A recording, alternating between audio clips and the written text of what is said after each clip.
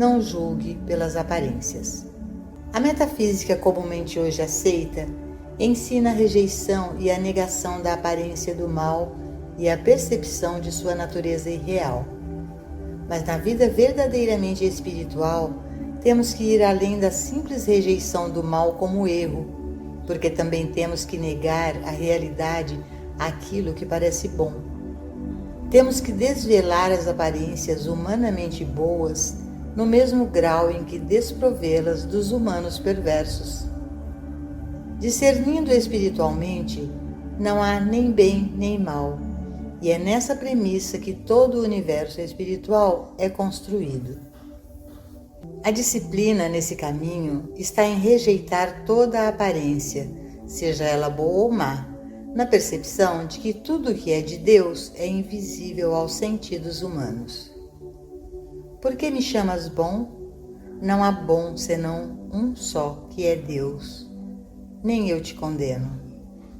Em outras palavras, não há juízo sobre o que parece ser o mal, mas tampouco há qualquer aceitação da aparência do bem. Há um reconhecimento de que o único real é o invisível, o espiritual, e isso é algo que não pode ser visto com os olhos, nem ouvido com os ouvidos.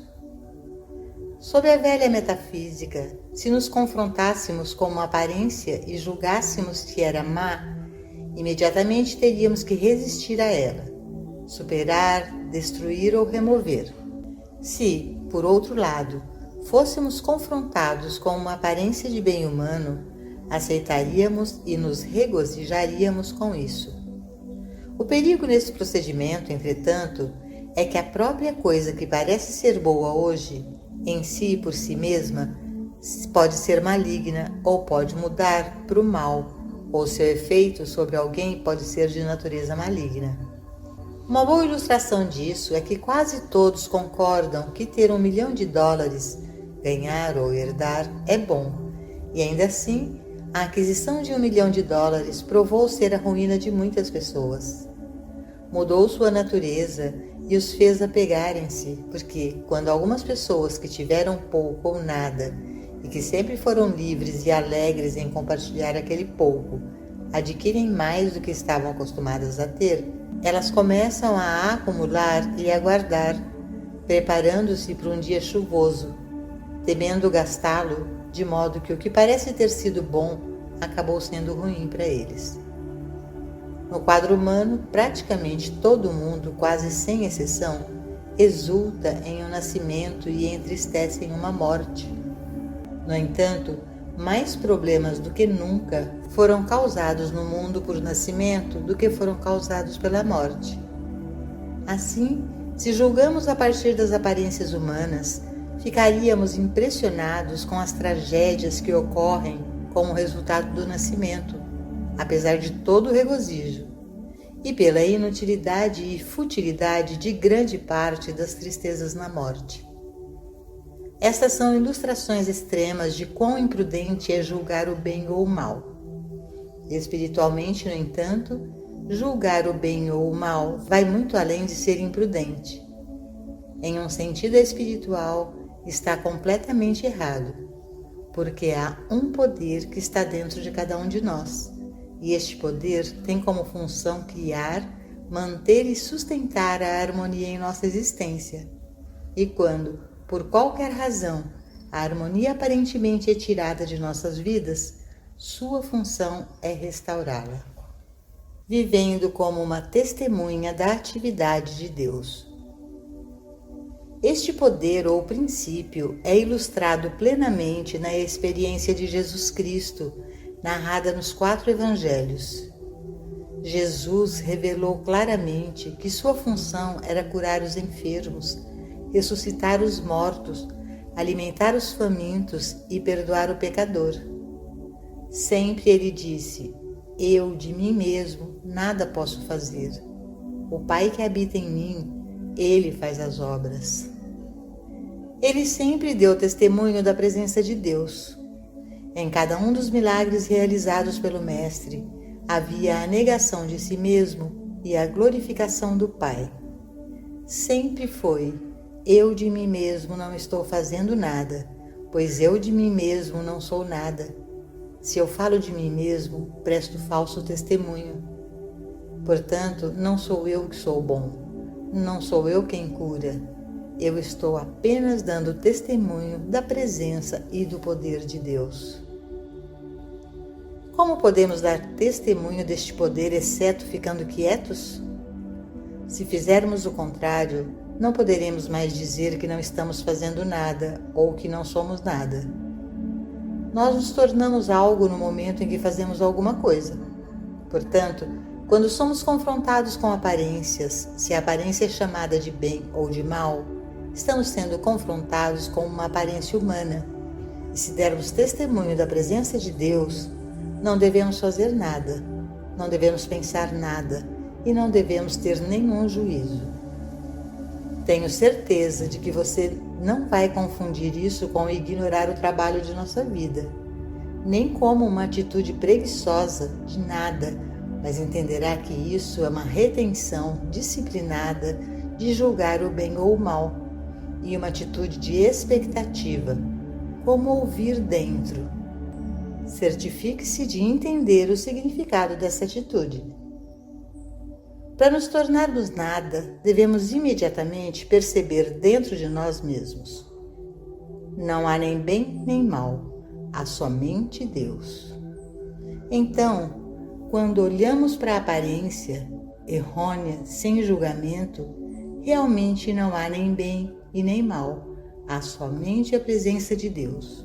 E agora, o Pai interior pode executar sua função, e sua função é dissolver a aparência e revelar a glória de Deus, revelar seu próprio poder, revelar seu próprio ser. Mesmo que para o nosso senso apareça uma cura, não é realmente uma cura. É a dissolução do quadro material e a visibilidade do espiritual. Há apenas uma maneira pela qual isso pode ser feito, e isso é reter o julgamento quanto ao bem ou mal, e então deixar o Pai fazer a obra. Então, e somente então, podemos verdadeiramente sentir que não tivemos nada a ver com a demonstração, exceto para dar testemunho de Deus em ação. Isso me lembra de uma mulher que foi curada de uma doença que havia sido declarada incurável, e ela e o marido, por profunda gratidão, foram ao praticante e ofereceram-lhe um cheque como sinal de agradecimento. Quando ele começou a expressar sua gratidão, o praticante disse: eu não fiz isso, Deus fez isso. No qual o homem colocou o cheque de volta no bolso e respondeu: bem, então eu não o usarei. Não devo nada a você, vou dar o cheque para Deus. Na verdade, no que diz respeito à cura, o praticante estava certo, mas o marido também estava certo. O praticante não havia provocado a cura. Ele simplesmente testemunhara Deus em ação. Portanto, não havia dinheiro devido à cura. Onde o marido estava errado é que ele deveria saber que, se o praticante não estivesse disponível e não tivesse sido capaz de testemunhar a graça de Deus, não teria havido cura. Se o praticante dependesse de sua subsistência para pagar contas telefônicas, cuidar da cozinha ou qualquer outra coisa que pudesse ter sido seu trabalho, talvez ele não tivesse sido capaz de viver no espírito e testemunhar a Deus quando chamado. Dar-lhe dinheiro, portanto, não seria para a cura. Seria meramente para capacitá-lo a estar livre de outras obrigações, de modo que pudesse manter sua consciência limpa e livre de enredamentos, e sempre poder estar no espírito para testemunhar sua atividade. Disciplina na vida contemplativa. Independente de quanto conhecimento da verdade uma pessoa possa ter, não importa quantos anos tenha estudado a verdade, ela pode não ter ainda poder de cura. Não são quantas declarações de verdade uma pessoa conhece intelectualmente ou pode declarar. O poder de cura tem a ver com o grau de consciência e convicção reais do não poder das aparências. É por essa razão que o caminho espiritual é um caminho de disciplina, e todo discípulo ou estudante deve começar em algum momento de sua carreira a se abster do julgamento. Na proporção em que essa consciência de nenhum julgamento é alcançada, as aparições neste mundo automaticamente mudam conforme elas tocam sua consciência. Isto é porque sua consciência não está reagindo ao bem nem ao mal, e é, portanto, capaz de rasgar o véu da ilusão, até mesmo o véu da boa ilusão, e ver que não há nada a temer e nada para se vangloriar, porque o que você está vendo não é a criação espiritual, mas um conceito, às vezes bom e às vezes ruim, às vezes rico e às vezes pobre, às vezes saudável e às vezes doente, às vezes vivo e às vezes morto. Mas nada disso é verdade sobre o reino de Deus. A declaração do Mestre, meu reino não é deste mundo, ajuda-nos a nos disciplinar. E imediatamente fechamos tudo o que vemos ou ouvimos, percebendo que esse é o mundo, mas não é o meu reino, o reino do Cristo, o reino espiritual. E, portanto, não amamos, odiamos, nem tememos isso. Pense na disciplina envolvida em abster-se de todas as tentativas de mudar a aparência, quando estamos no meio do que parece ser um problema para nós ou para o outro. Pense em qualquer aparência discordante que você já tenha visto, ouvido, provado, tocado ou cheirado. Veja a disciplina necessária para evitar alterar, mudar ou fazer algo a respeito, e então ser convencido e saber: meu reino, o lugar onde eu habito, me movo e tenho meu ser, não é deste mundo. Portanto, não tenho nada a ver com este mundo, a não ser saber que não é meu reino. Quando retiramos o julgamento, o que significa retirar nosso ódio, medo ou amor pela aparência, é então que este invisível, o Espírito de Deus que está em nós, pode imediatamente trabalhar para mudar a aparência. A autopreservação é a nota dominante na experiência humana. Quando os discípulos ficaram com medo por causa da tempestade no mar, eles despertaram o Mestre, mas ele não tentou parar a tempestade orando a Deus, porque sabia que estava sendo confrontado com uma aparência ilusória. Ele apenas repreendeu o vento e disse ao mar: paz, aquieta-te.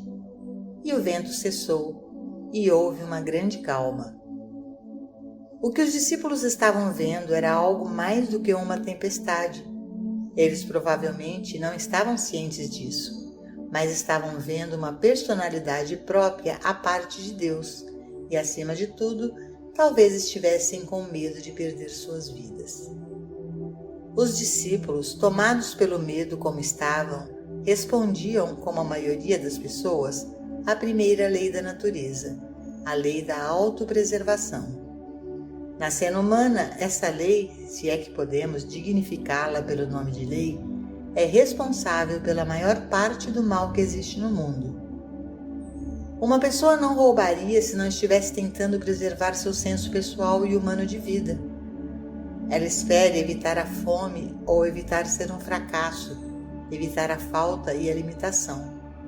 Em suma, ela está preservando seu próprio senso humano de identidade. O que, além de autopreservação, está por trás de toda guerra? Os homens chamam isso de patriotismo, porque afirmam que guerras são travadas para preservar a nação. Mas uma nação é apenas um grupo de indivíduos, então, em última análise, é a preservação e perpetuação de si mesmos, de suas vidas humanas e suprimentos humanos que os induzem a entrar em guerra. O horror disso é, no entanto, que as pessoas estão sempre dispostas a sacrificar e mandar seus filhos para serem mortos, contanto que possam ficar em casa e serem salvos. As crianças não são tão importantes para a maioria das pessoas como elas próprias são. As crianças devem sair e serem mortas, feridas ou ficarem dementes, para que outros possam ficar em casa e ter abundância. Na tempestade, então, os discípulos não estavam realmente com medo da tempestade. Que diferença teria uma tempestade para eles se eles não tivessem acreditado que suas vidas estavam em perigo? Quem se importa se o vento é de 40 ou 100 milhas por hora, se não há perigo para a vida? É só quando há medo da perda de vida que alguém se importa se a tempestade se enfurece ou cessa. Muitos de nós seriam capazes de alcançar a libertação do mundo de causa e efeito, isto é, do mundo das aparências, se pudessem colocar em prática a grande certeza do Mestre. Sou eu, não tenhas medo. Conhecer essa verdade imediatamente nos despojaria de qualquer julgamento quanto à natureza da aparência. Sou eu, não tenhas medo. Eu, Deus, é a única vida. Eu, Deus, é a vida do ser individual, e a vida não pode ser perdida e nem destruída. Que a tempestade faça o que quiser, não posso temer. Da mesma forma, quem se importa com quantos germes existem no mundo, a menos que possamos acreditar que os germes podem destruir nossa vida? Isso cria um antagonismo em nós, e estamos saindo agora para limpar todos os germes da face da terra. Por quê? O que nós temos contra os germes? Nada, exceto que eles ameaçam a destruição de nossas próprias vidas ou a nossa própria saúde. Mas suponhamos que chegássemos à conclusão de que a nossa vida é indestrutível, que nem a vida e nem a morte podem nos separar de Deus? Agora, que diferença fariam os germes? E nessa percepção, a batalha contra o erro cessaria. Cessaria essa forma particular de erro, e nenhuma dessas coisas nos moveria. Nenhuma dessas coisas me move. Minha vida é Deus. Minha vida está em Deus. Minha vida é com Deus, e nem a vida nem a morte podem me separar de Deus. Nessa percepção, a própria morte não tem mais medos ou terrores. Ninguém pode temer a morte, uma vez que perceba que nem a morte nem a vida podem separá-lo da vida que ele é, a vida que é o seu ser.